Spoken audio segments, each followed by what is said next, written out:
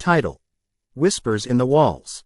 Lila Harrington had always loved the old family estate nestled on the outskirts of town. With its crumbling brickwork and overgrown gardens, it was a picturesque relic of the past that spoke of her ancestors' grandeur. But since her grandmother's passing, the house became more than just a home, it became a burden. She never imagined the inheritance would entail dealing with the aging structure's dark visitation. Weeks after the funeral, Lila ventured back to the estate, armed with boxes meant for sorting and clearing out the relics of her grandmother's once vibrant life. Armed with her favorite old records, she stepped through the creaking door, letting the musty smell wash over her. This time, she'd do it. She'd confront the house's haunting silence and turn it back into a home. As the sun dipped below the horizon, shadows danced on the old walls and the air thickened. Lila spent days going through knickknacks and dusty bookshelves. Yet with each room she cleared, she found herself increasingly disoriented, as if the house itself were altering her perception of reality. One evening, huddled in the living room with a cardboard box of old photographs, Lila heard whispers. At first, she thought it was the echoes of her memories mingling with her imagination. But as she focused, the whispers grew louder, a cacophony of fragmented sentences. "Help us, find it, do not forget." Uneasy, she shook her head, trying to dispel the growing sense of paranoia. "It's just the wind," she muttered. She turned on a record, a desperate attempt to fill the oppressive silence, and the soothing melody did little to drown out the whispers. As the music played, Lila pressed her hands against her ears, fighting both the intrusion and the mounting dread that crept under her skin. Nights became a blur. The whispers intensified, growing more distinct and chilling. They began to feel personal, targeting her fears and insecurities. Shadows slithered across the floor and up the walls. In the reflections of the twisted mirrors, she saw distorted versions of herself, eyes wide, hair wild, a specter of the woman she might become if she didn't escape. She felt as if the house was consuming her, twisting her mind into a frayed knot of confusion. During the day, Lila sought relief by tending to the garden. The flowers her grandmother had cherished were choked by weeds. As she dug her hands into the soil, she cleared memories along with the debris, but the plant life seemed to whisper, too. Snippets of conversations she'd had with her grandmother over cups of chamomile in the fading light echoed between the branches. "We must remember, Lila," her grandmother's voice would come through clearly, followed by the faintest shadows of a darker undertone. "You mustn't forget what lurks behind them."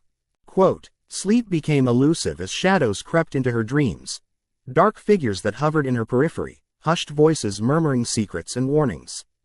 Her grip on reality loosened, and she would wake in cold sweats, convinced she was unearthing the remnants of her own deteriorating mind.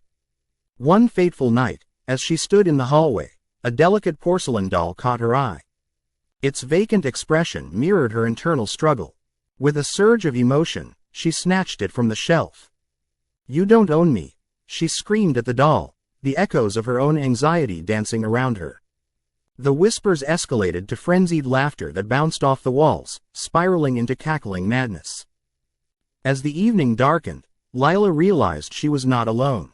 The house had awakened, feeding on her fear, drawing her deeper into its labyrinth of memories and madness. Flickering lights and the creaking floorboards signaled the entities that longed for her to join them, the ghosts of despair that had marinated within the walls for years. Reality slipped further from her grasp, and the whispers morphed into a chorus, calling her name, beckoning her to surrender. Desperate, Lila stumbled into the attic, a place her grandmother often warned her about. As she reached the top, the air shifted, heavy with anticipation.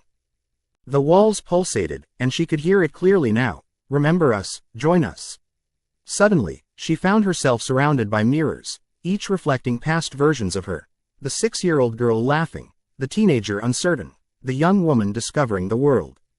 Stripped of their vibrant colors, they stared back, eyes filled with sorrow. "Help us," they whispered.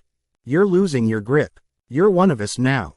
Quote, shattered, Lila fell to her knees, raw terror clawing at her sanity. She realized she wasn't just battling the house, she was facing her own unraveling psyche, the shadows of her family history threatening to consume her. Tears streamed down her face as she finally understood. The only way to escape was to confront the demons within herself. those fears that had kept her bound to this house. With a deep breath, Lila stood tall, facing the mirrors. "No more," she declared. "This ends now." Quote, the laughter of the house dimmed, the cacophony quieting as she stepped away from the shards of her past. She turned and fled down the stairs, out into the moonlit garden, leaving behind the whispers. The estate stood silent that night, its dark secrets just a little less powerful. Though Lila didn't know if she'd ever return, she finally grasped what it meant to remember, accepting both the light and darkness lurking within, forging a path of her own while breaking the chains of fear that once bound her.